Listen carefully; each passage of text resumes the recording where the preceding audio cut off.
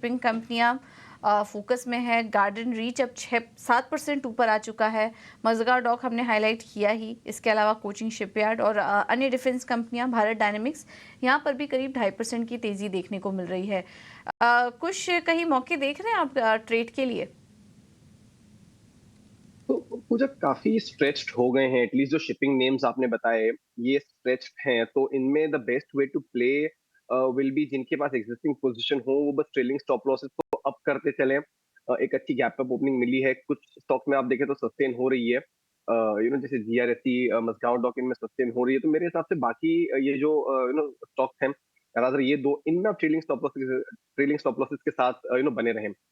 BDL, इसमें हमें लग रहा है कि एक रिवर्सल जो है ये ऑन द कार्ड्स है। स्टॉक का जो पैटर्न है वो इतना ब्यूटीफुल रहा है कि for the most part stock ने अपने 20 डे मूविंग एवरेज को रिस्पेक्ट करके एक रिबाउंड दिया है।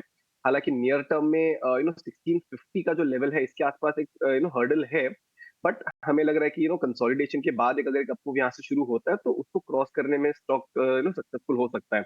20 डे मूविंग एवरेज से ही सपोर्ट लेके फिर एक अटेम्प्ट कर रहा है स्टॉक रिबाउंड का। तो यहाँ पे 15 के स्टॉप लॉस के साथ 1650 के टारगेट के लिए and once that is taken out 1725 के टारगेट के लिए बीडीएल को अपने रेडार में रखें। काफी वॉलेटाइल स्टॉक रहे हैं, तो हो सकता है कि थोड़ा सा कंसोलिडेट करके फिर ब्रेकआउट दें। But on the whole the structure is still constructive.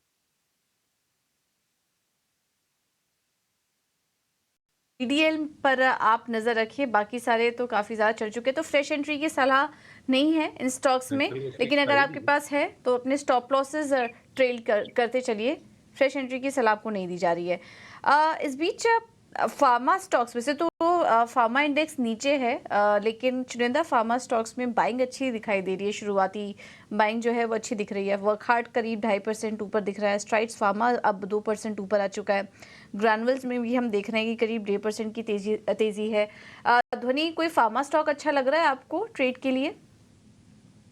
जी, बिल्कुल, यहाँ पे जैसे आपने जो स्टॉक नेम्स मेंशन करे हैं, उन्हीं में से ग्रैन्यूल्स जो है वो ओवरऑल यहाँ पे आज एक टॉप परफॉर्मर बना हुआ है फार्मा स्पेस में। और इसके अंदर अगर हम चार्टिकल स्ट्रक्चर को भी देख रहे हैं, तो मोमेंटम जो है वो फर्दर अपसाइड का ही बना हुआ है। करंट लेवल से अगर आप प्रीवियस स्विंग के कैलकुलेशंस को लेते हैं, तो ऊपर की तरफ में इसके जो टारगेट्स अब नेक्स्ट देखने को मिल रहे हैं, तो यहाँ पे 515 तक का एक अप मूव शॉर्ट टर्म में यहाँ पे देखने को मिल सकता है। 530 तक के भी ऑप्शन चेन दर्शा रहा है कि ऊपर की साइड का अप मूव बना रहेगा। सपोर्ट लेवल भी जो है स्टॉक के अंदर वो ऊपर की तरफ शिफ्ट हो चुका है। और अब जो नेक्स्ट सपोर्ट लेवल यहाँ पे बन रहा है, यहाँ पे तो 485 का सपोर्ट लेवल स्टॉक के अंदर स्ट्रॉन्ग बना हुआ है। तो 485 के सपोर्ट के साथ आप इसको ले सकते हैं और इसके अंदर आप 530 के टारगेट्स एक्सपेक्ट कर सकते हैं।